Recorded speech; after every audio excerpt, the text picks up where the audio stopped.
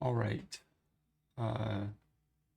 This is code that code that I wrote a while ago, but I wanted to wait until decisions were made before making any of it publicly available. But so you might have heard of the Quantum Open Source Foundation. Um, they're big in the quantum computing community. They have a mentorship program that has screening tasks and such. And I thought they had some good questions that would be fun to share for Cirq and other software. This might better be titled it better be titled what I just changed the title to do is what not to do. Um, yeah, so these screening tasks did not get me into this program. However, I still feel as though they're worth sharing because there's a lot of interesting questions, and I imagine the biggest problem with these tasks is that I did not comment them at all or explain how anything works, and that's usually what people like to see, but just turned into code as is. And so there's four tasks of a variety of different subjects. I think all of them are interesting, and I did all of them in Cirq. None of this actually, had TensorFlow Quantum or anything like that involved. And so, yeah, that's pretty exciting. There's some pretty fun questions. Sometimes I was thinking about, well, what do I want to do now, since I'm distracting myself from doing the work that I actually have to do.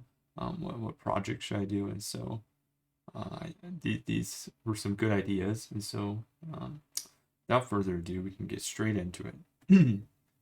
So task one has to do with swap test. If I go, you can see I copied over the questions into this document. I'm not going to read all of them. I'm just going to summarize for you what they are. So first we have to create, the first task is to create a parametrized circuit that can, that is, what's the word I'm looking for? Can cover the whole Bloch sphere. There's a term in machine learning that I'm blanking on right now. But basically, so you have to create a parametrized qubit circuit that has uniform access to all positions on the Bloch sphere, or has any chance of being at any state vector uniformly. And so we can see, I'll link the proof of this equation. Just stole it from some lecture from I want to say some Japanese university, if I remember. But basically, any unitary matrix or operation quantum gate can be broken down. So with any unitary single qubit operation, we can reach any point on a sphere. So we can break it down into 3 gates, RZ, RY, RZ, and with 3 different parameters. There's a 4th, phase parameter up front, but that doesn't change measurement, so we just ignore that. So all we have to do is create a simple circuit, RZ, RY, RZ, and sample it. So we can do this in code. There we go.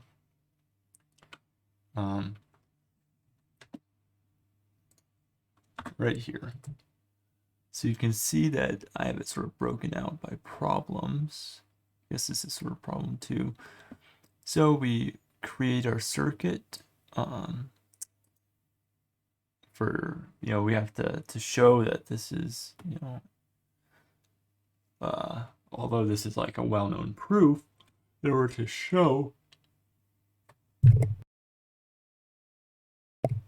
in order to convey this information, we create a a bunch of simulations and plot them. So specifically, we create the circuit, we uniformly sample 3 parameters. We make the circuit RZ, RY, RZ with the 3 parameters on the 1 qubit. We simulate this circuit and we get the final state vector. And so we do this 10,000 times, and then we can simply plot the results on a 3D graph and see what that looks like. So I'll just do that part first. Takes a second, so I'll pause here. Okay, now we can see the result of this. So this is 10,000 circuits we just simulated. Pretty impressive, but it doesn't work. So we can see, yeah, as I rotate it about, it's pretty uniform. I can maybe zoom out. Forget how this works.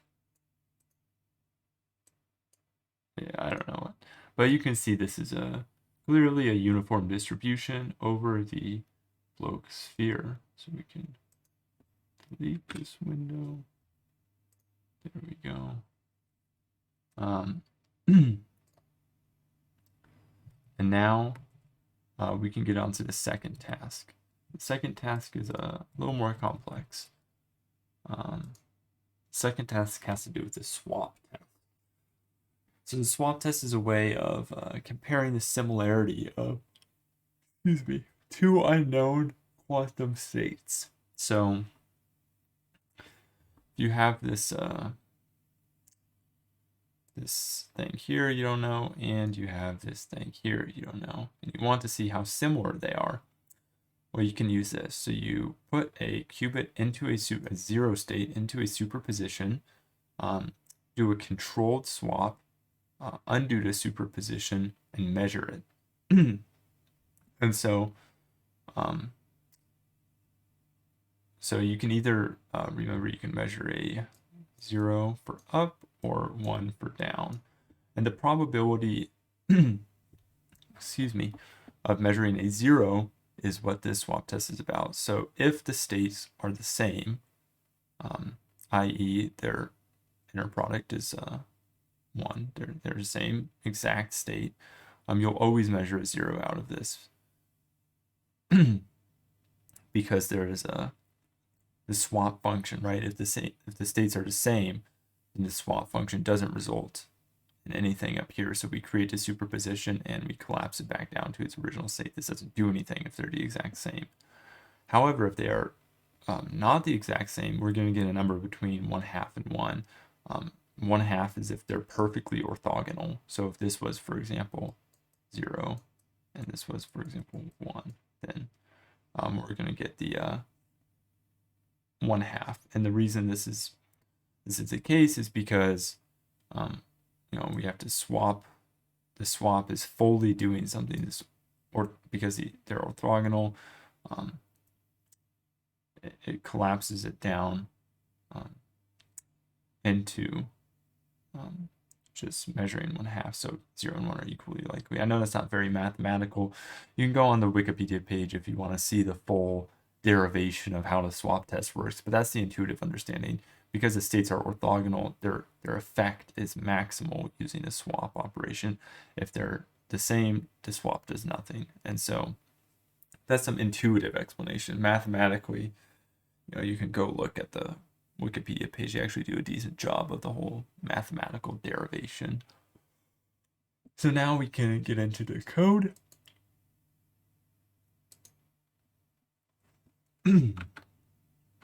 Oh, and specifically, what I forgot to mention with this is we're supposed to use the swap test to recreate a random circuit from this example, right? So first we have this general bit string that just combines them into the output into 0s and 1s, but so we have the swap test. We have our circuit that is already predefined with the two unknown wave functions, and we have the qubits of the circuit. So what we do is we create a new qubit. That's the measurement one that we're testing on. We do the Hadamard gate as described. Then we do the controlled swap. The order here doesn't matter for either of these. It doesn't matter at all because it's a swap. And then we do H again. And then we measure just this one qubit. I measured 1,000 times, and then we get the frequency of 0 and divide it by m. So this is going to be either 1, this is going to be between 1 if states are exactly the same, or it's going to be 1/2 if the states are exactly orthogonal. Note that this isn't going to actually be precise because there's probabilistic nature. So it can technically be below 0.5 because you're measuring it 1,000 times. It's possible that you won't get exactly 0.5. The expectation value is 0.5. So that's worth noting. On any given measurement, you're only getting a 0 or a 1. So if you measure it 3 times, you're guaranteed to not get that. And so what we do down here is we create the circuit. So we have so we create the original state. This is just a randomly generated circuit of parameters. We create a second qubit. So this is qubit 2. This is just on the original qubit. And then we apply, these are the parameters we're trying to learn. And this is just this is so we can get the test. Maybe I can move this out of here actually.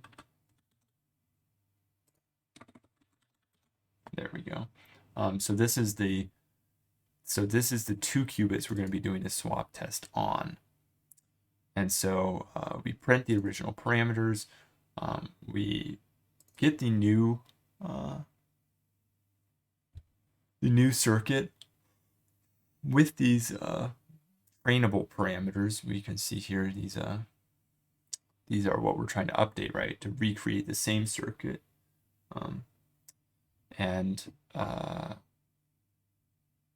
It's important to note that this is different than, for example, measuring. We could optimize the parameters. So, for example, if we measure in the z basis or something like in TensorFlow Quantum, right? We can do the Cirq.z of qubit 0, and then we could optimize these parameters to be the same as that one. However, that would result in a different answer because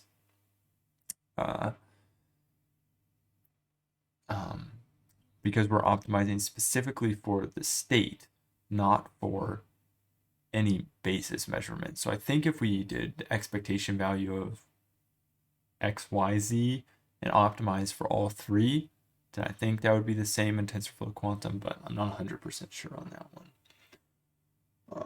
Also, there is a state operator in TensorFlow Quantum, but I'm pretty sure until they cut the 0.5 release, that's a non-differentiable operation.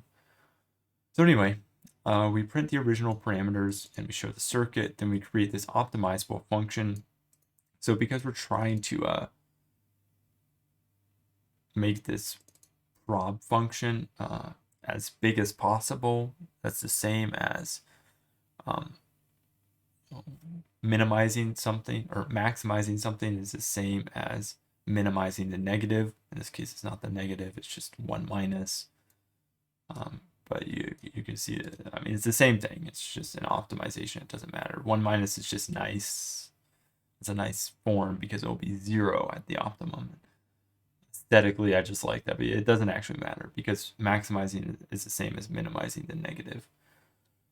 So we just use SciPy optimize, minimize. We use Powell's method, which is sort of like Kobala constrained optimization by linear approximation. It's pretty similar. I don't really know the differences, but that's the beauty of black box optimization techniques. And so we get the parameters and what it thinks the similarities between the state is. And so now we create the circuit that we can test it on. So we get the recovered parameters and we say how confident we are. So what's the swap test put between them? We simulate the old circuit.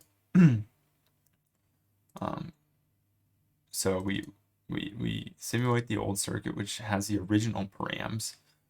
We simulate the new circuit, which has the new params, and we compare to state vectors. And so I'll show the code of that now. Because the original one takes so long to run, I'm just going to show the output of this. So we can see over here, so this is the circuit. In this case, these are the random parameters. And these are the learnable parameters. And so the real parameters are 3.3, 3.6, 4.3. So you can see we are pretty close. Note that this isn't always the case. Maybe I will change this so we only do. Okay, I'm going to rerun it. This will only use one example though for the Bloch sphere, so it's very fast. So we don't care about that. Yeah, so here's a better example of what I wanted to show. Is that it doesn't always recover the parameters perfectly well. And you might think that's weird. However, there are multiple ways to get to the same state vector. And so we can see that here, in this case, it did recover the parameters, pretty well. Like these are like very similar parameters. But you'll notice down here, these are very different parameters. However, keep in mind, one, there are multiple ways to get to the same point because depending on the operations, right, there's a periodicness to the operations because they're all trigonometric sinusoidal functions. And so we can see we're not optimizing to get the same parameters because that's like impossible to do. We're optimizing to get the same state. And so we can see that the real state vector is here, and the recovered state vector is here. We can see the difference is, we're within this 5% confidence interval down here. And so we can see we successfully optimized for the state vector, even if the parameters are numerically different. They're effectively the same. And so now we can get into the last of the parts of task number 1, which is given some pure state n, recover that state using the swap test. So for example, it could be 101 at some so-called product state. It could be 10101. It could be anything, right? And we want to recover this. So this is some unknown state, and we want to figure it out using the swap test. So the easy way to do this, and this is pretty straightforward, is we can just so we create a random state first of 0s and 1s. Not sure why it's mad at me. Oh yeah, sometimes my syntax checker does really weird things. I have no idea what this means. I don't know what that means. So we generate a random state. In this case, it's a length 10 or a 10 qubit system. And so we create those qubits, we get the random states, and then we create that state. So we can